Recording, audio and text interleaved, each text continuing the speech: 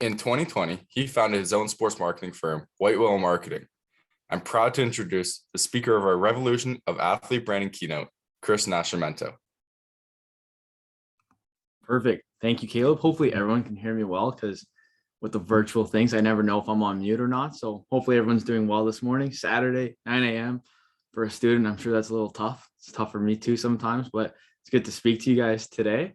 Yeah, it's great to be here. It's kind of a full circle moment because I'm actually a Ottawa graduate as well, kind of as Caleb mentioned. And, I remember attending this conference when I was in school, right? So I've been in your seats, I've been in the same lectures, I've walked the halls and maybe even skipped a few of them too. So that's always good stuff. And I don't know, I was trying to see here, maybe someone that's in the conference, but the last time I attended, I remember walking up to this first year student. His name was Nolan. I don't know if he's here, but I'm assuming he's either graduated or fourth year now. So that's just a memory I had. And hopefully when this conference goes back to in person, maybe some of you older students can, go speak to a young student first year, just to, introduce yourself. So it makes it a little easier, because I still know how nervous I get sometimes before conferences, or even my first conference. I was shaking. I called my dad, like, hey, like, what do I do?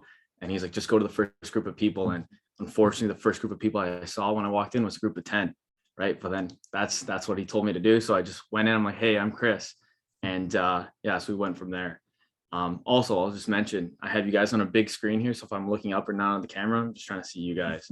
But one of the first things I'll kind of say too, before I kind of gonna get into it, is being in maybe the position I'm in, I kind of understand where you guys are, right? I remember Googling, how to get into sports marketing, and Google didn't have the answers for me for once.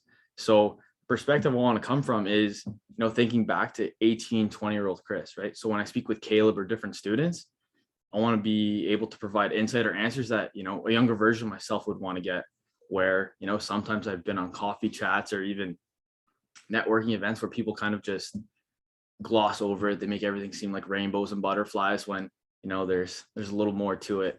So that's hopefully the perspective I can provide to you guys. And hopefully some of you at least enjoy this, and it was worth waking up at this time on a Saturday. But let's get into it. And I guess maybe the last thing I'll say, with Jaron saying, tag them on social media, tag at White Whale Marketing too. We're a marketing company. So let's get into that. I guess the first topic I have here for you guys, before I kind of go on the spiel about athlete branding, which I can talk about forever, is kind of a bit more about me. So you know who's speaking to you, so you have that insight. So a little bit about me. Cat's out of the bag. I'm a Ottawa graduate as well. And I actually attended school initially for accounting. I'm sure maybe some of you who started off at Ottawa, you started one program, and like, oh, this isn't for me, and then you switch to another. So a lot of us goes through that. And the reason I'm sharing that is I find it's a very important part of my route. Shout out to my podcast. But so I went to school for accounting, and I was always in the mindset of, I'm either going to be an accountant or a pro athlete. And clearly, speaking to you here on a Saturday, the first chance of being a pro athlete didn't take place. But then because of that, I always had in the mindset of, hey, I'm going to be an accountant, and that's what I'm here to do, right? So even through high school, CEGEP, got in for university, and that's all I cared about. But then I'm sure some of you guys have realized throughout school, it's not always what you think it is, right? So you find different things out, you go to class, maybe you don't go to class, you're like, hey, I don't really connect with this.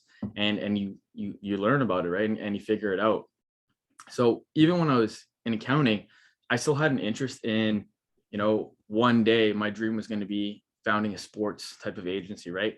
And it sounds a little cheesy, but Ballers would have been like the kind of ideal thing, where maybe I could do some financial advisement or even just professional services after I did, 10, 20 years working in sports or with sporting organizations, getting that experience as when I was 16, the goal was to be like the CFO of the Senators one day. That was my dream. And as kind of time went on, and then in school, I'm sure a lot of you guys too, you go get government jobs, right? Because being in Ottawa, it's a capital town. That's the stuff you do. And I had a job in accounting, and not for me at all. And it made me realize a lot of things. And I highly recommend, even if you hate a job, continue through it, because you're going to realize really quick what you'd rather be doing. And in that moment, I was just always thinking of the different things, and it was always relating back to sports or sports marketing. I was like, oh, you know what, maybe I should go do that. And there's different aspects of my life with, being in Ottawa. I'm a Sens fan, but the Sens suck, right? Where no one was showing up to the games, and I was going to the games, and even though I was an accounting student, I was writing my notes. I'm like, hey, like, how would I go to the game, or how would I get people to the game?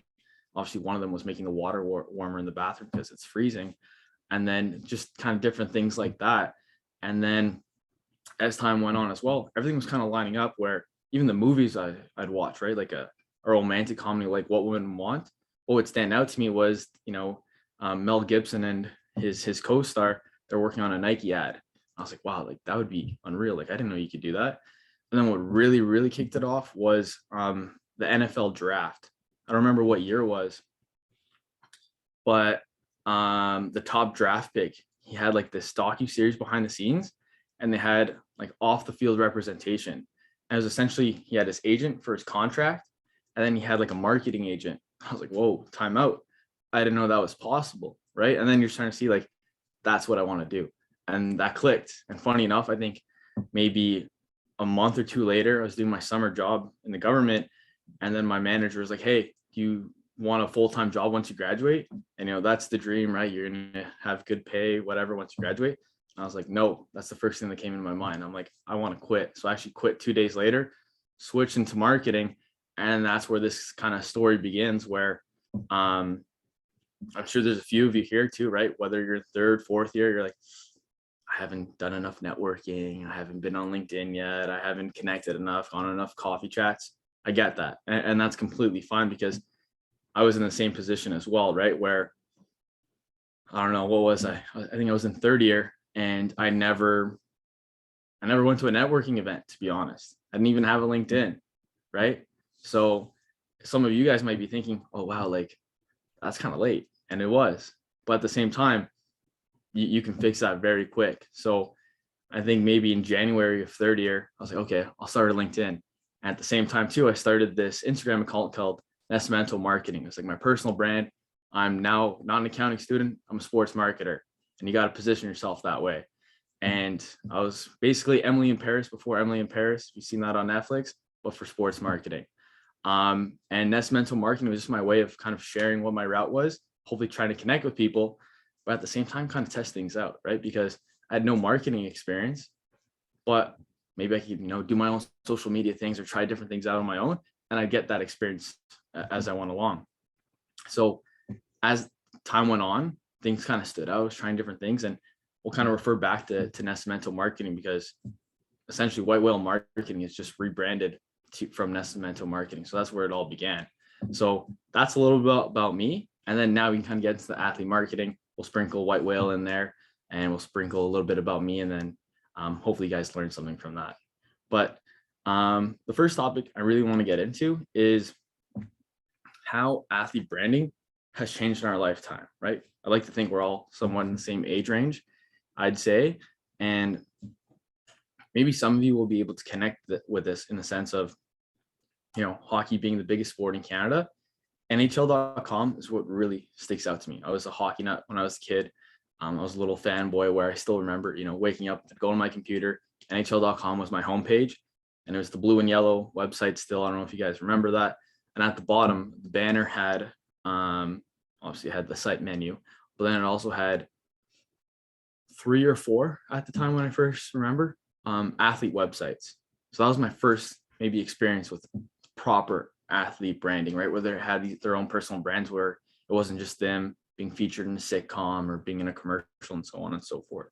So I remember seeing that. I remember seeing Kevin Weeks. He was a goalie. I saw his pads. He had a bunch of different jerseys because he was a journeyman, and I always stuck out in mind. And as time went on, I would look at these websites almost every day, and it's very basic. It was just maybe their bio, some statistics, and pictures. So nothing too crazy, but that's my earliest memory. And as the years went on, the banner at the bottom grew so much that there's maybe, let's say 40, maybe different websites. And there became so many that I had to scrap them because every player was kind of interested in that. And that's where you're kind of starting to see that revolution, evolution, whatever you want to call it. Well, I would say the biggest change has been in the last few years, right? And I'll give you a perfect example of that. So when I was in university, right, I told you guys my story. I was in accounting. Then I was like, hey, no, marketing, that's for me. But then I always had an interest in kind of helping athletes or doing something along those lines because I always thought that was something of interest. And similar to that agency that I had in mind in regards to ballers, um, I was interested in kind of now doing that for marketing, maybe because I saw that was, something you could do after I saw the NFL draft. So I remember I'd go on these coffee chats, right? Because I had to make up time for not networking earlier on. And I'm not going to say the team, but I remember there were some teams I had meetings with. I'm like, hey, would you ever be interested in an athlete branding position where, someone works with the athletes to build them up? Maybe you guys have better assets. And I still remember this. I'm never going to forget it. And they're like, no chance. They're like, that's not part of our core business. I was like, okay, so if I want to do that, it's not going to be with the team. Noted. Funny enough, fast forward a few years, 2022, I'm now speaking to some of those same teams. And now they're kind of interested in that because that's how they're building out their digital assets because, it's no surprise to anyone with COVID and where the world's going with technology.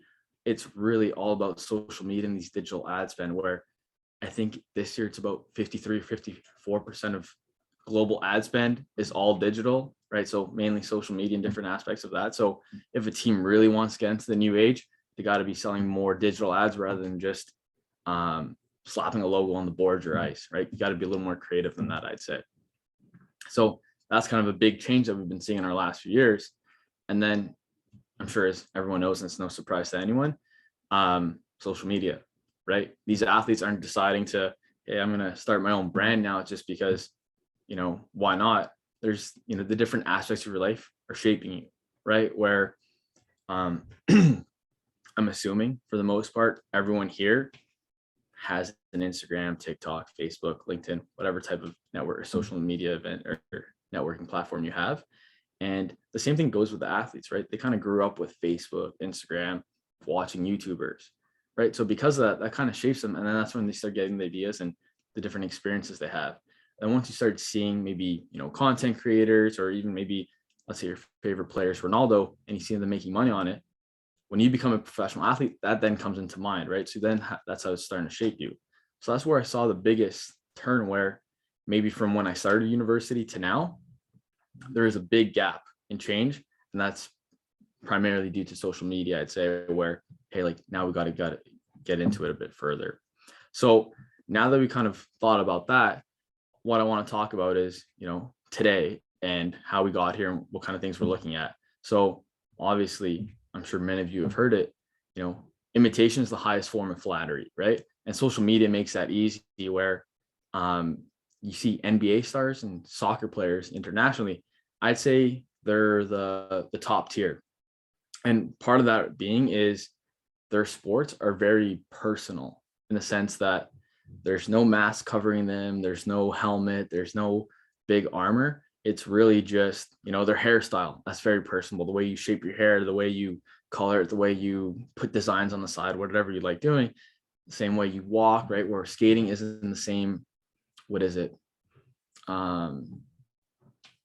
It says more, right? Like these sports kind of share more about you and you can't really hide yourself under a basketball jersey or a soccer jersey.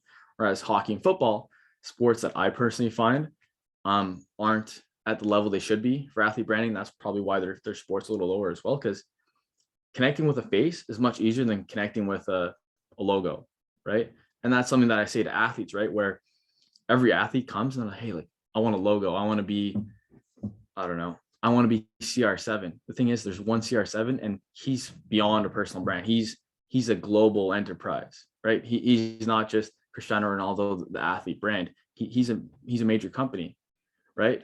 Where when an OHL player, CFL, et cetera, they're like, hey, like, let's get a silhouette of me doing this key touchdown dance that I always do. It's like, really, do people know you for that or do they know you for your face? And that's where you kind of need to decipher it. So that's where you're starting to see players now where they want to be more like these soccer players or NBA players because they're the modern day model, right? That's what Vogue says. Who needs a runway model, right? When you have the game day walk up. And that's very true. So with all that said, though, the biggest issue is execution. I'm sure all of us, if we're, on social media and we see like a sponsored post, and I say this in meetings all the time, you'll see someone go, hey, buy this. That sucks, right? Let's just be frank. That doesn't sell. That's not authentic, and it doesn't translate to their audience. And if you have so many of those different posts where it's, hey, buy this, it becomes ingenuine, and it also oversaturates your audience, where your power to then sell diminishes. So then that's something to keep in mind, where one of the biggest things we then look at is, hey, how can we not do that, right? So that's where you want to get the athletes and help them out with. And what really gave me the confidence to, leave Athletico at a young age, because that was my dream job. I was like, oh, I'm gonna get into Athletico. I'm gonna, skip steps, and I'm, leading the charge of marketing communications. They're gonna give me a promotion early. And I was like, oh, you know what? Athlete branding is changing quite a bit. I'm young. I don't have any kids. I don't have any, real things holding me down that I can't take this risk. I have this personal brand that's, kind of becoming a business, right? Where it's not really personal anymore. I'm starting to get deals for myself. I was like, you know what? Sorry, my language, screw it. I'm going to just take a dive. And if it doesn't work, I'm going to get some amazing experience. I'm going to meet some amazing people, and it'll be fine. So that's how white whale marketing started, because I saw these athletes unable to execute. And the biggest thing that came to my mind was, I'll use this in meetings all the time too, is I saw this CFL player, 300 pounds, let's say, and he was promoting a fashion overdress and this cookie with 1,000 calories. As a professional athlete, that doesn't line up with your brand. So your ability to execute there wasn't there. And just being with the athletes every day and then speaking to them through my brand as well, is like, hey, you know what? Let's do this for sure. So, that put me in the position of, okay, I'm going to start this agency. I want to, go chase my white whale. That's where the name came from, right? That was my dream to start a sports marketing agency. And so then my issue, or my goal was, what do we need to do, right? What's the objective? And the objective, right, from what I was just saying, was we need to create authentic and long-lasting partnerships, right? So if you're thinking of an athlete who's interested in outdoors, I'm not going to tell him to then go post, I don't know, what's something that wouldn't work? Let's say makeup. That's two different things, outdoors and makeup. If he's, selling makeup posts, it doesn't make sense, because his brand's like, no, that's not what we want to see. So you got to start selling to the audience and what they believe in as well, because then that sells well. But then there's things you got to keep in mind when you're thinking about these. And I would say there's almost, let's say 3 layers, and then overarching issue.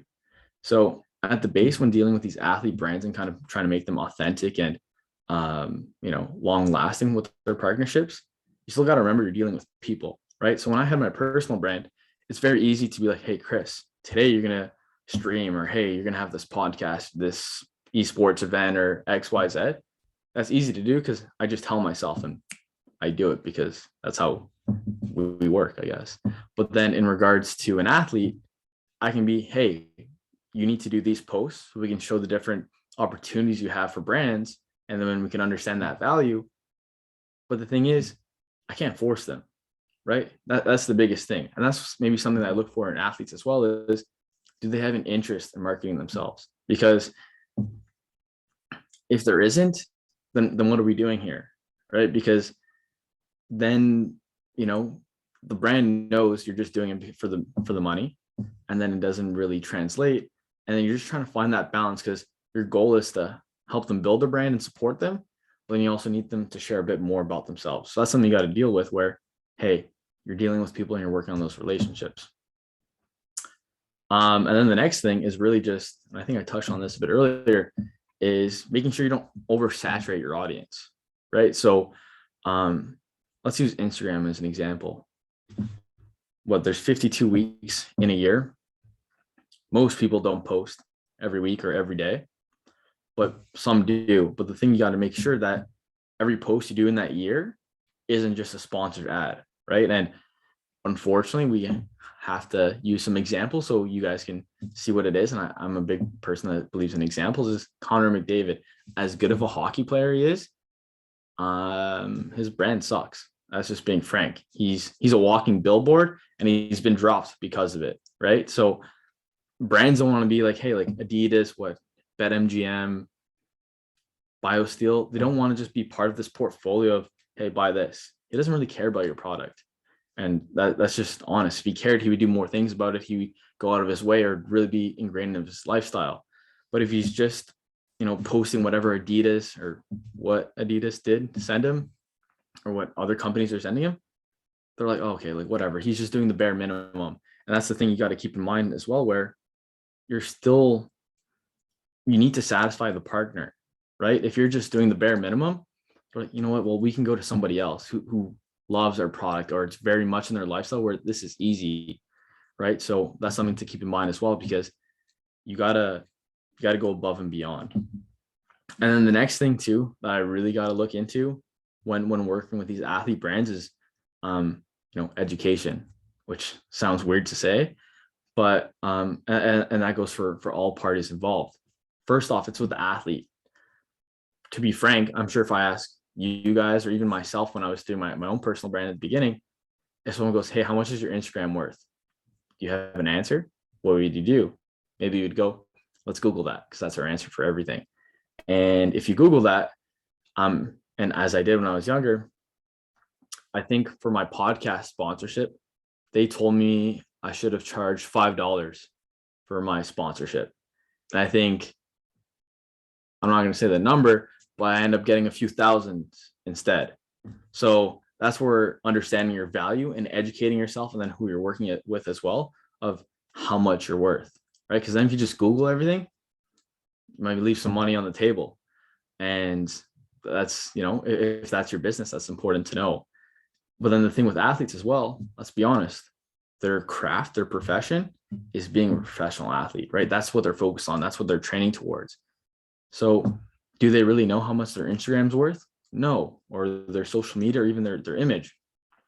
So then when a brand goes, hey Joe, we'll send you, I'll use an example that's very recent in my head.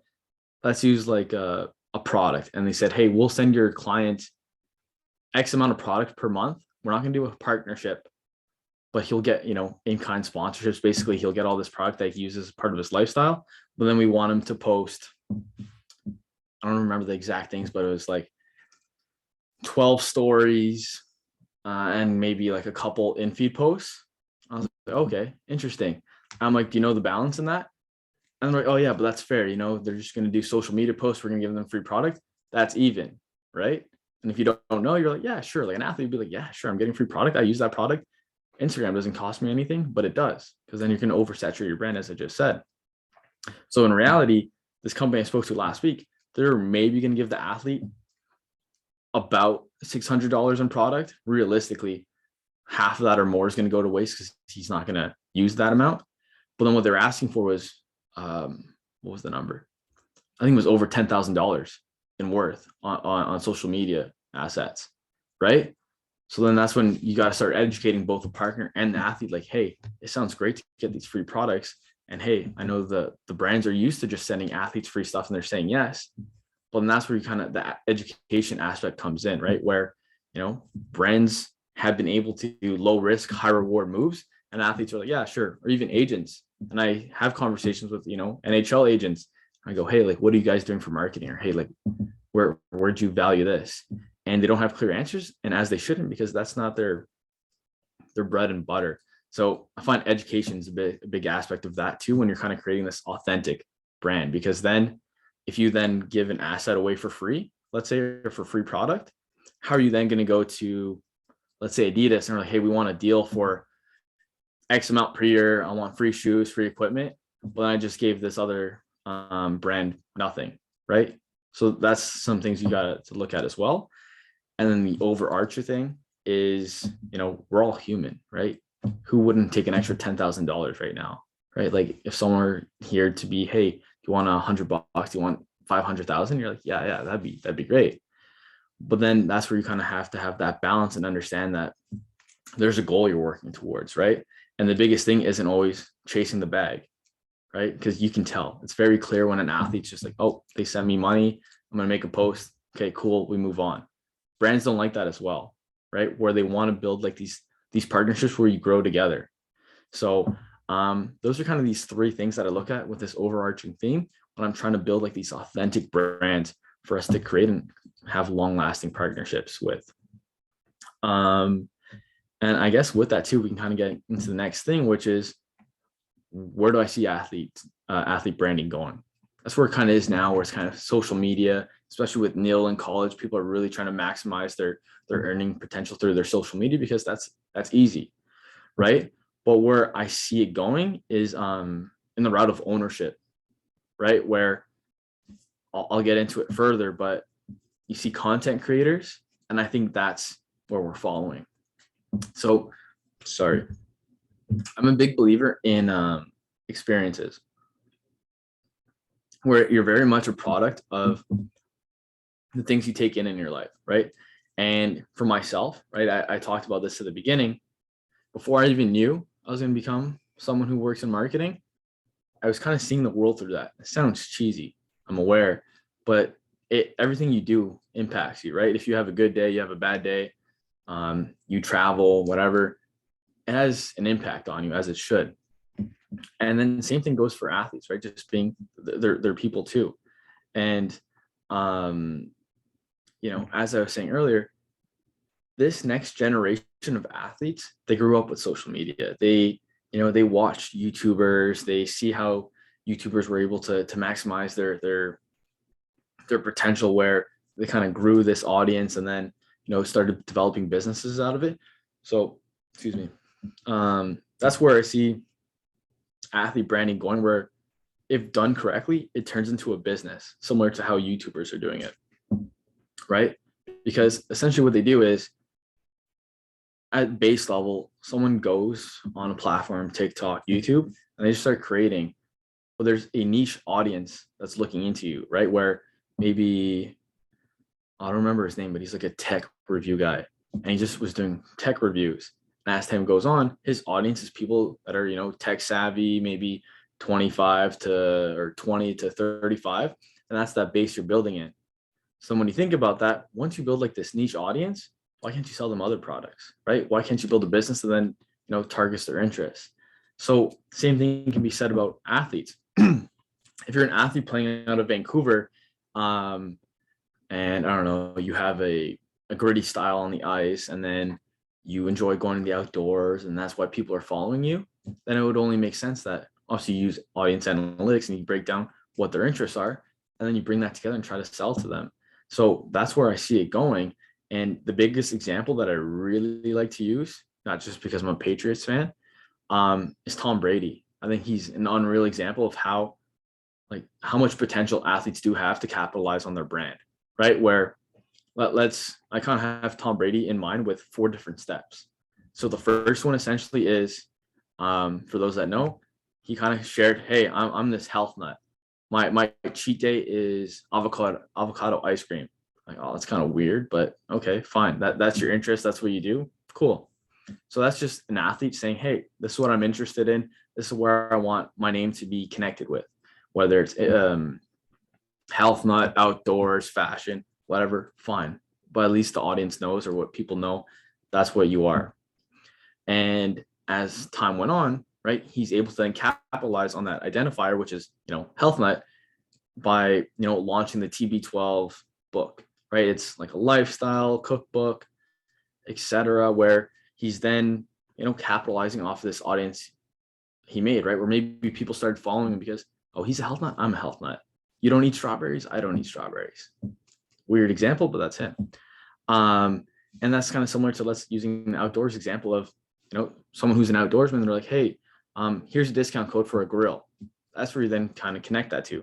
Obviously, there's different scales to it, but very much applicable.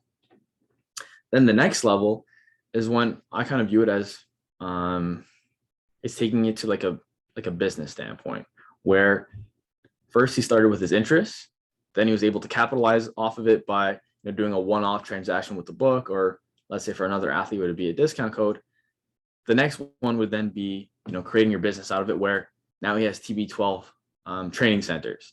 So now not only did he share, hey, I'm a health nut. If you're a health nut, read my book. Oh, you read my book? Now come to my gym. And now this gym, rather than just being a one-off transaction, they have recurring revenue because Now you're going to pay me every month to attend these gyms. And the whole reason came back to it is because you're a fan of me and a fan of what I'm enjoying. Then the next level, as cheesy as it is, I like to call it GOAT status, in the sense of not only you just kind of capitalizing off your image and your brand, you're taking to the next level where, as I said earlier with Ronaldo, CR7 is bigger than just Cristiano, the player, right? There's hotels, underwear. I don't think he has alcohol, but there's different things under that umbrella. Well, same thing with Brady now, where he has Brady brand. And when you think of Brady brand, obviously it's new, but as time goes on, you're not just going to think of Tom Brady for it, because now there's different athletes, endorsing the product. So before, it's Tom Brady saying, hey, I like avocado ice cream. Hey, read my book. This is my lifestyle. Hey, come to the gym I'm with. And then now it's, hey, it's not even me anymore, but this is the brand I built from this audience I created. And now everyone else can endorse it. And then I'm selling back to that health nut audience, going back to it, right? So he's been able to then conquer the different sectors of the health nut category, I'd say. I think if a personal brand is done right, it translates into a business. So using like YouTubers, let's say you start posting, hey, this is a good TV. Hey, this is a good computer. You start developing an audience. Then maybe you have some partnerships, discount codes. Then maybe, I don't know, you have, what would you do? Like, you start selling like laptop skins, right? That's something you can do, like a one-off transaction. Hey, here's laptop skins. And eventually maybe you're like, hey, you know what? I'm going to start my own computer company. Or, hey, I'm going to start my own, I don't know. But you kind of understand how that kind of then that builds. So I find the biggest thing with all of that, whether you're an athlete or you're a student, it's, making the most of your opportunities, right? Where, let's be honest, I speak with athletes and it's no fault to them.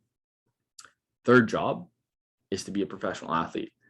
That's why, we had to study, because they're able to, perform on the ice, because we're going to be business professionals. They're going to be athletes. And that's fine, because that's what our professions are. But when you're under this spotlight, you got to remind them, like, hey, you should make the most of your opportunity here. And I like to think athletes and students have something similar, in the sense of you're almost in this incubator stage, I'd say, right? Where, as I'm saying, athletes have the ability to, grow their brands while under the spotlight, whether it's, you have so much attention with media and you have this platform for you to go, hey, I'm a health nut. Look at me. If you like being a health nut, come speak with me, right? And then, students have a similar ability where you're under this title as an undergrad student, a master student, whatever. You're under the umbrella as a student. So people know, hey, that person's focusing on learning right now. So you have the ability to now grow and build those skill sets, right? So you're both in this incubator stage where you can, exponentially grow where you're at, whether it's an athlete growing their audience or it's a student growing their network. And I very much believe everyone should be trying to capitalize off these opportunities, right? And if you don't, it's your loss, right? Because you can do as much, or I don't know, as little as you want. And like I was saying earlier, what I really like to do is, use my personal experiences, because, everyone can say mumbo jumbo, right? Hey, do this or do that. Unless you actually do it, it doesn't really say much. So, as I said at the beginning, right? I went to Ottawa. I probably have been in similar lectures of some of you if you went to Telfer for marketing, or even at the beginning with those intro classes. And, some of the things I did, and maybe this gives you guys some ideas of, hey, you know what, maybe I can do this, or maybe this is how I can maximize my time under the student title, right? Where, one of the things, probably the best thing I ever did in university was this course. We got a free website, and that website is my website still today, where I just rebranded it, where there's a digital marketing class in 4th year at Telfer. Obviously, I was a marketing student, so I was going to take that. But we had a project where, they gave us a free site, and they're like, hey, go do a blog or personal brand, As soon as I heard personal brand, because I already had nascimento marketing created on an Instagram account, I was like, you know what? I'm just going to go make my own website, because then when people Google me with a website, it makes it easier for them to be like, hey, Chris is a sports marketer, and Google has all the answers, doesn't it? So then that's what I kind of built on. So then I had this Instagram account. I started to network with people there. I used this website from class where then it was like cnascimento.ca.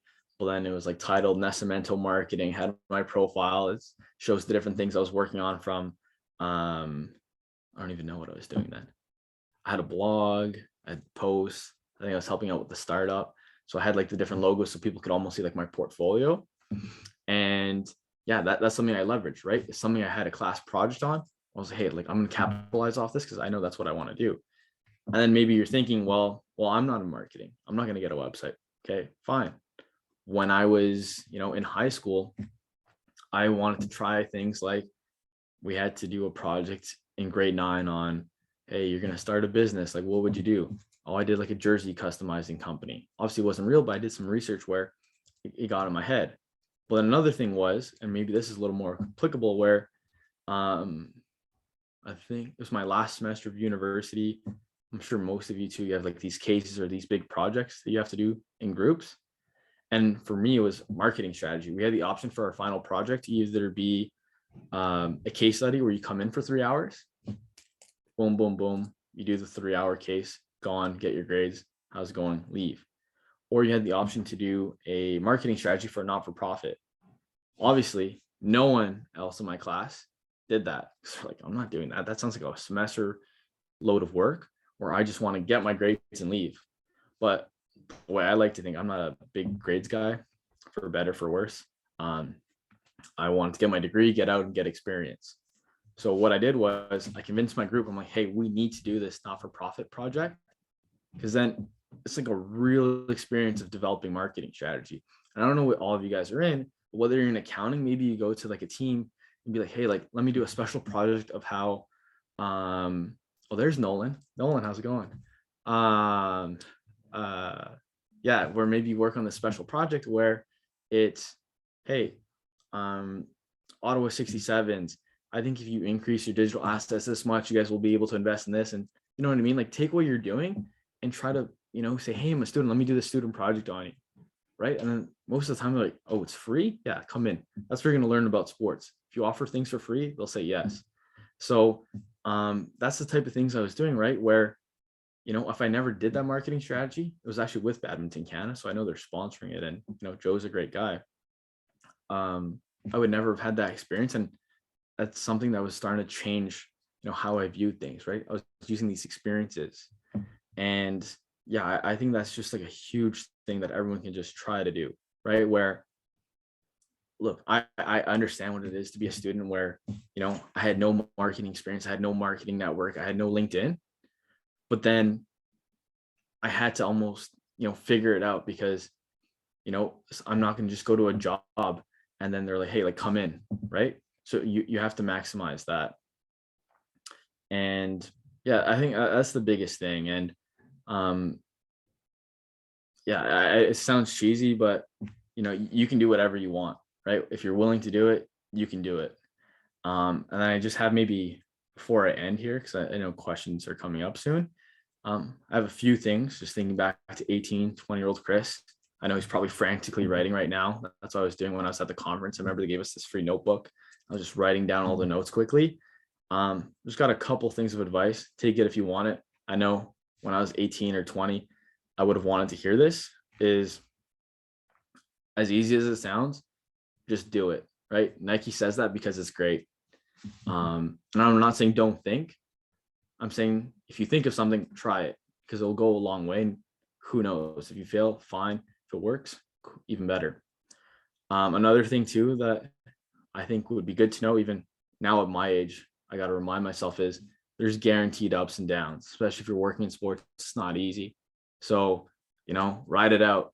It's not going to be all butterflies and rainbows. It's still a business. It's still a career. So remember that. And my biggest thing for students is, is the value exchange, if that makes sense, right? Where when you're going into an interview, don't go into it being like, hey, I need this job. It'd be so good to work for you. Like, this is an amazing job. I need this. Like, this is all the things you could do for me. Put it in the position of, hey, this is what I can do for you.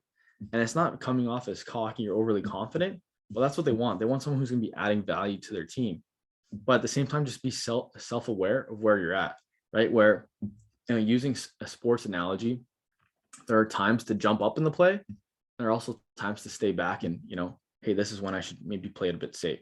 So if you're invited into a meeting, for example, and they go, hey, Chris, what do you think of this marketing strategy? And, I would be like, that sucks. I think it's horrible. I think it's boring. I think it's lame. And they asked, right? If they didn't want to hear, and maybe sometimes they don't want to hear, but then don't ask. So I spoke up when I was, asked upon, and I know they appreciated that because they told me, they're like, hey, you're not like a recent graduate. They're like, the way you talk is, you talk like you're one of us. I'm like, well, I'm here at the meeting and that's what it should be. Right. And obviously there's times when it's, tedious work. Understand you're young. That's what you should be doing. But just understand the value exchange, right? Where even though you're a student and you're like, oh, like I need to learn so much more, you have value, right? Whether you're a marketing, accounting, HK, et cetera, student, you've had experiences, whether it's attending sports games where you're like, hey, this is what they should do better. Hey, this is what I learned in class. Maybe this is applicable. You have enough value where don't position yourself as, hey, this is all you can do for me. You can do things for them too. But the very last thing then I'll say is, this is a networking event. So by all means, add me on LinkedIn. My name isn't easy to spell, but it's right here fairly easily. It's also on the title card. So hopefully I'm getting a bunch of LinkedIn connections. I love speaking to people and sharing because I know when I was a student, I wish people were a little more honest with me. So feel free to connect. And then obviously, you have to follow White Whale Marketing on social media. So that's White Whale mktg, beautiful whale logo. I made it myself, and I think you guys would enjoy it. But yeah, thanks guys, I appreciate it. Yeah, Thanks a lot, Chris. We'll give a bit of a round of applause here. Perfect. No, I think you touched on really the revolution of athlete branding perfectly, and you gave some very meaningful advice to a lot of students that we're pretty desperate for advice, and people like you in the sports industry, it's great to just hear from you and pick your brain. So perfect. Thanks a lot. For the next 15 minutes, we'll open it up to Q&A session. So if you have any questions, feel free to put them in the chat. You can unmute your mic and ask them directly. But now's your time to really take advantage of this conference and ask whatever's on your mind. You can raise your hand if you want, just so it's easier to see. But if nobody has questions, I'll kind of go ahead right now. Oh, Mohammed, yes, go ahead. Yeah. So with COVID, obviously, we've immersed ourselves more within the digital experience, within a new form of connection. Mm-hmm. So how is this going to shape the future of how we're able to kind of connect with our athletes, connect with celebrities and just people or companies in general? Because I know that even from like conference perspective, like, having online conferences can make it more accessible to people from other parts of the world, having, live transcription. So it really changes the game and how we approach this. Yeah. As cheesy as it is, I think like the world's our oyster, right? Like you can do anything where, one of the things that I like to say to some athletes, and I like to try everything I recommend. I like to do it myself because how can you give advice if you haven't done it yourself? Is that, let's say you're into gaming, right? I don't know why you need to have this wall of, hey, I'm an athlete, you're a fan, here's the wall.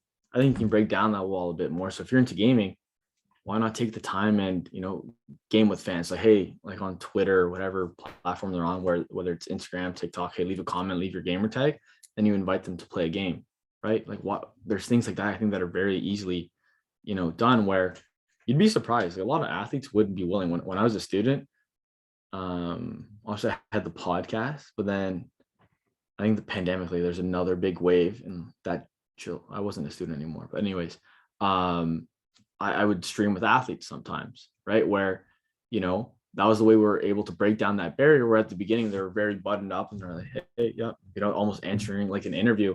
And after a few things, they're like, oh, you know what you're talking about. And then we kind of break it down, and then, we'd be texting or calling afterwards, right? Where, that's an example there of, hey, that's easily. Or on another thing I like to say too is, I don't know why, sometimes athletes think they need to have, a low amount of people I'm following. Why not follow back your audience, right? Does the ratio really matter? No. So I think whether it's just connecting on social media, like there's so many different things, right? It's really what you're interested in, or what maybe even like a club or even like a team is willing to do, right? Like there's so many different things you can do. Where I spoke to someone in F1, and this was on my podcast, and he was he was my age. He was very into, gaming and different things like that. He was just growing up. And when he got this job in F1, I think he's a manager of business development. So he went to his team. He was like, why don't we try esports? He's like, I like doing that. He's like, I'll head this project. And they're like, okay, yeah, sure, let's do it. And then apparently now they have like a full-blown esports team, and they're making like a ton of money, right? So there's so many different things you can do. Where even when I was at Atletico, we had like the best, what was it called? Press conference, because I had to manage that as well. And I just used my tools from the streaming tournaments I would do for my personal brand with the schools. And then that's how I would share the press conferences. And then I would have fans ask questions in between the Ottawa Citizen, TSN, because then, obviously there's these button up questions that TSN has. And then a fan would go, hey, what's your favorite color? And it would just throw the athlete off. And they're like, oh, that's funny, right? Because it's like more personable, and that's when they open up more. So I think there's so many different opportunities to kind of maximize like what we're seeing in like the digital space. But hopefully that answers your question. Yeah, that's awesome. It's exciting. Thank you so much. Yeah, for sure. Yeah, great question, Mo. I see Josh has his hand up, so I'll pass the mic to him. Yeah, thanks for a great presentation, Chris. I guess two things come to mind when I hear of your company's name. I might have missed this, but what's the significance of it being all underscore? Is that just to sort of attract attention because it kind of stands out? And also the white whale, what does that signify? I might have missed that. I apologize. You mean the lowercase? Yeah. Yeah, I think it looks cool. That's just being honest. I think, I don't know. This is something I kind of noticed in sports, and something I hated a bit, where, hey, we need to be so buttoned up, or we need to, emulate like these big established leagues. Why not be yourself, right? Like have your own identity. And I think that's very important in marketing or even branding, where, when someone thinks of my brand, I like where they're like, hey, like it's all underscores, or hey, it's, a lot of black and white, or hey, it's very direct to the point. And that's what I want my brand feel to be, right? Where it's not just, hey, like the whale went down the road and very buttoned up. No, I like to be very, no walls, have genuine conversations, and, just get to know people, rather than just being, hey, like we're a business. We need to be, not that we're not professional or buttoned up, but we have our own manner of doing it. And then the second part, you said the significance of the whale. Okay. I touched on it briefly, but I love this question because I don't share it enough. And someone was telling me this week I need to. My goal, right, it was always to start like a sports agency. I thought, hey, like that would be the coolest thing in the world. Like, what a dream. Obviously harder than expected, but still cool. And like Moby Dick, right? It's chasing that white whale. Like, hey, that's my white whale. And I think the definition of white whale, I used to know it by heart. I don't remember that as well now, but I think it's something that's you obsessively pursue, but it's hard to achieve. And that's what a sports agency was to me. And I'm like, that would be cool. Like, that's a cool name. And funny enough, as a kid, I had like the stuffed animal. It was a beluga on top of my bed my whole life, even until I took it down in university, but it was there like throughout high school, and it's a cool looking thing. And then the logo, I remember like there's like this 1950s polar bear logo from a beer company in Russia, and it looked cool, looked kind of badly drawn. I'm like, I wanted to look like that for a whale. So I found like this painting, and then I don't know how I made the logo, but I figured it out, and yeah, I really like it. So yeah. And then I see a question in the chat. Oh, there it is. That's exactly it. Definition. Oh, so I was close. Okay, nice. Yeah. Perfect. And another great question. And yeah, the white whale story is always always a pleasure to hear. It's a great story and how you created the name.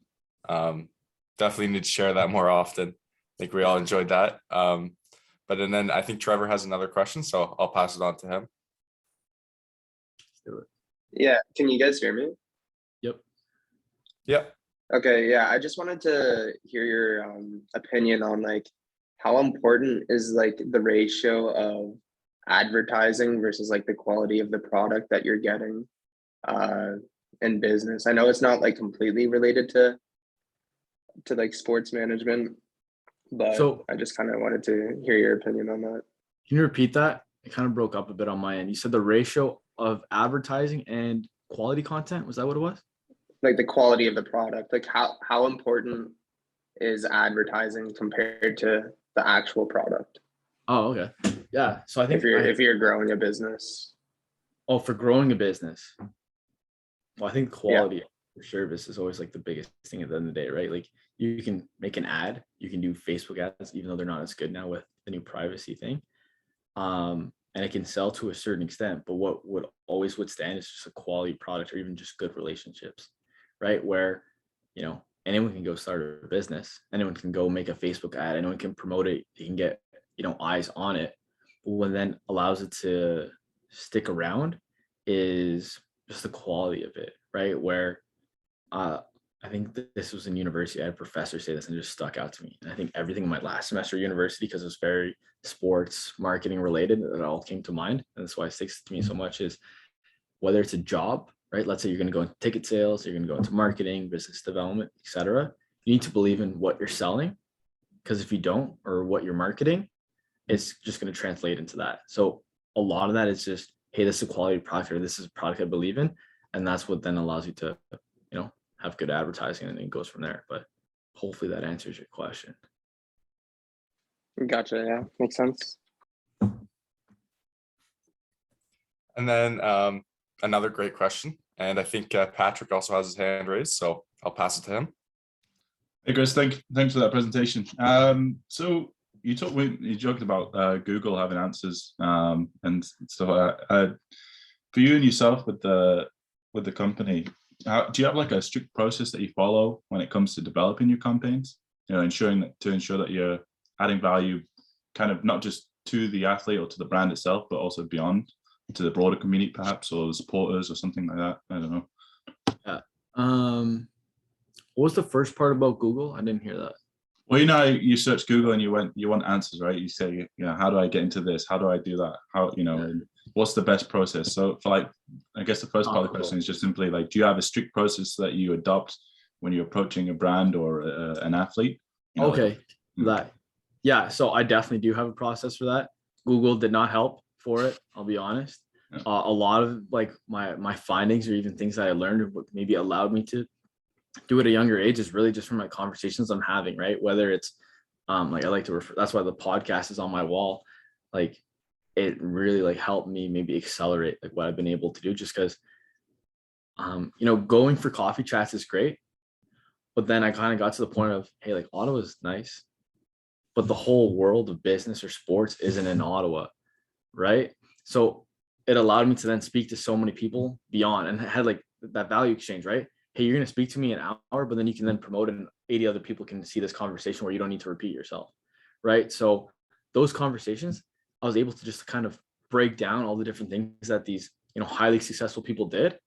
I'm like, I don't need to take everything, or even today when I'm speaking to you guys, by all means, you can just be like, hey, Chris, that's just a load of crap. Go on your way, but take what you want, right? And take those experiences and apply it to yourself. So that was a big thing that I did, because Google is no good unless you're Googling white whale marketing, then that's really good. But then in regards to my processes for athletes and what was the other one? Partners? Is that what you asked? Sorry? Athletes and partners was the process you were wondering? Yeah. So your brand, how do you approach campaigns? Yeah. So really it's a lot of it. There's no like right answer, if that makes sense, right? There's a process that works for you and depending on the size of the company. So a lot of it's just kind of figuring out as time goes on. Caleb actually, I don't even know what version of the process for partnerships that was. It was like, I don't know, version 5 or something. it's actually the best version we've had so far, because I think I took like 2 or 3 months to work on it, maybe less, but like it took the span of it. And it's really just finding a way to approach them, being sure it's in line with the athlete. And then there's like the sales process as well, where it's then, hey, they're in our funnel now. What are we going to do with it? Right. So then that's how we approach partners. And with athletes, I'm sure if you go on the website, like, hey, like there's not a ton of athletes. And that's by design, because it's still somewhat of a startup, right? It's been a year and a half, and I don't want to have 50 athletes. And then they're going to be like, hey, Chris, you have 50 athletes, but I haven't heard from you in 2 months. Right. So I want to build like the strong foundation. Obviously, I'm learning all the time of, hey, maybe I should have gone a bit more athletes in this sector. Hey, or hey, maybe I should have gone, if I could, like anyways, I'm not gonna go there. But there's things that you learn, and a lot of the athletes I've had so far is just through connections, and that I'll leave out. But like, hopefully, I'll say in the next few months, you'll see a ramp up in athletes, but there will be something that will have to take place for me then to be willing to like go to 25 athletes, right? So there's different things I'm always considering, but yeah, a lot of it too is just you're offering something that they don't have, and they're like, yeah, okay, I'm interested in that, right? So it's kind of understanding that value exchange, whether it's just a relationship or it's selling something or whatever. It's really a lot of relationship based on value exchange. I know. Thank you. Yeah. Perfect. And I think we have time for maybe one more question. I believe Tyler has a question. Yeah, Chris, thank you again for your presentation. The one question I had is regarding NIL deals in the United States, and potentially your thoughts on if Canadian athletes can start that side of their own business, maybe on a smaller scale, and if you see that growing anytime soon. Oh yeah, that's a great question, because that's something I'm working on at the moment, and kind of touches on the last question where, how do I say this? I think there's lots of opportunity there. That's what I'll say, especially with the niche of Canadian athletes, because, the States are so big and they're always like very patriotic, and they're always thinking of their American athletes first.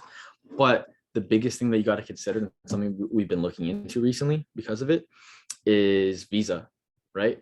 So it's all good. Like, I've been speaking to some D1 athletes recently, but we can't at the moment do anything because of their visa, because a lot of these D1 students that go to the States, they got accepted to go there because of, their scholarship. So they're allowed to be in the States to study. They're not necessarily allowed to be there at the moment to earn money. So that's something we're in the process of trying to figure out. Been speaking to lawyers, which is interesting, but I think there's lots of opportunity there. But that's something that we're gonna have to figure out as time goes on, because Canadian athletes at the moment, like when I speak to them, they're like, hey, we don't know what we can do because we don't want to lose our visa or our scholarship, right? So I'm trying to speak to the embassy and visa officers and immigration lawyers to see what's possible, but at the moment we're going to stay pat on that. Perfect. And we'll take one last question for Jasmine. I know she's a former club member, so I'd be rude not to accept that one right before we go. Caleb, I really appreciate that. Thank you. But I just wanted to ask a follow-up kind of to that question that was just asked about NILs. It's, how do you see it in Canada with Canadian athletes, right? Because I know UBC, some athletes out of UBC there's no quote unquote legislation in Canada that says that student athletes can't benefit from their name and image or likeness. So how do you see kind of that within the Canadian landscape, more so than Canadians playing in the US? In regards to like U Sports, right? U Sports, CCAA, whichever. U Sports or what? Sorry. CCAA, that's the college. Okay. I think obviously there's a ton of potential there, and like you said, there's no legislation where athletes in Canadian academics they're fully allowed to do it. I think what it comes down to at the end of the day is what value are they able to provide to a partner, right? And that's something that you even you even see with professional athletes, right? Just because you're a professional athlete in a certain league that maybe has viewership or even a good amount of following, if you don't have a good brand, or you don't have a following, or people have an interest in you, or you don't have any actual offering to provide, then there's not much a partner is going to be willing to do, right? Where even I'm going to be having conversations over the next like few weeks where we have some like pretty interesting athletes that I think they can have really good brands, but as I said at the beginning, if they're not willing to invest the time or market themselves, then we can't do anything. But they are professional athletes. They have this following. They have this platform. And same goes for youth sports athletes, right? I think a youth sport athlete can then, get more partnerships than, I don't know, let's say CFL quarterback. It all depends on how they position themselves or what value they have, right? Let's say a youth sports athlete is, I don't know, very engaged. They're making content. They have like a niche audience where they're like, hey, my audience is very interested in outdoors. And if you understand that, almost like similar to myself, I understood my audience was sports business students and future sports business professionals. Even though I wasn't an athlete, I was able to get partnerships, right? Because I had this following and I knew, hey, brand A, brand B, you want to target this audience. This is an easy access to them. Here you go. That's my value offering. So anyone can really do it. Obviously, NCAA has this legislature, and especially like with visa, that's a little more complicated where there's rules and standpoint. But if you're a student, anyone here, or whether it's a youth sports athlete, yeah, for sure, you definitely have the opportunity to do it. But it's really all about, at the end of the day, that value exchange, right? Like, what are you offering and what can they do for you? And right, that's what it comes down to at the end of the day, whether you're a professional or not. Perfect. Thank you for so that much for that. question. So we will wrap it up now. I just want to say once again, thanks again to Chris for coming and speaking at the conference. I think I speak for all of us when we say, we really appreciate your insight. And, as someone who's been in our shoes, you have a lot of advice to give us. If you have any more questions, I'm sure, you could forward them to Chris. Check out his White Whale Marketing on Instagram at White Whale mktg. And after that, I will pass it on to Jaron to move on to the next part of the conference. Perfect. Yeah, thanks, guys. All right, perfect. Thank you, Caleb. And once again, thank you, Chris, for your presentation. And thank you all to our participants for your wonderful questions. Now, prior to moving on, we will take a 5-minute break, and then we'll follow up with our workshop and our first panel. So during this time, you're welcome to network with fellow participants and club members, and we will see you back at 10:20. Can I just jump in before everybody logs off? Are we able to take a screenshot with everybody and Chris for our social media? And whoever doesn't want to put their cameras on, then by all means, don't keep your cameras off. But that would be great. So put your best smiles on. 1, 2, 3. One more. 1, 2, 3.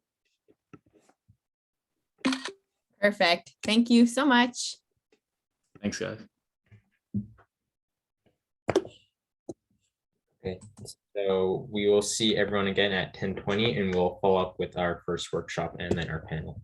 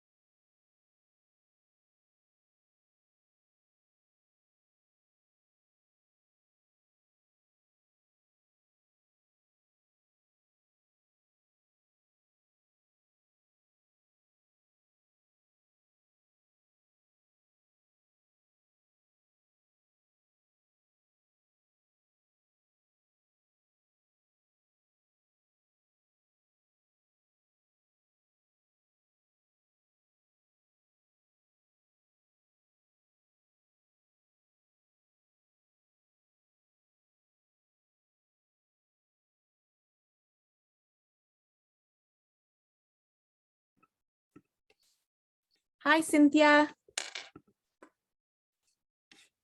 Oh, I think you're on mute. I just saw that you guys were on a break, so I'm just getting set up here. Perfect. So I think we have given them till so another like 3 minutes, I think, before they're joining us back. Okay. And so yeah, if you can set yourself up with your presentation. I think we have a few little announcements before we start, and then we'll get going. We're excited to have you with us. Great. I'm excited to be here. So that's great. Yeah, no, my presentation's ready to go. So I'll let you do your announcements and then I'll share my screen afterwards. Perfect. It won't be too long. How has your morning been so far? Pretty uneventful, you know, doing a little laundry. The advantage of not having to be in person, right? Yes, exactly. There's pros and cons, though. I think everybody's sort of fed up of these online, and we wish that we could have had this conference in person. I think it just brings a whole other perspective to it, but definitely happy with the turnout and hoping to have more people join in a little later than 9 in the morning. I think 9's a bit early for some. Absolutely. Absolutely. And yeah, next year, I mean, we're already getting there. I've already started to do a couple presentations in person. So we're getting there.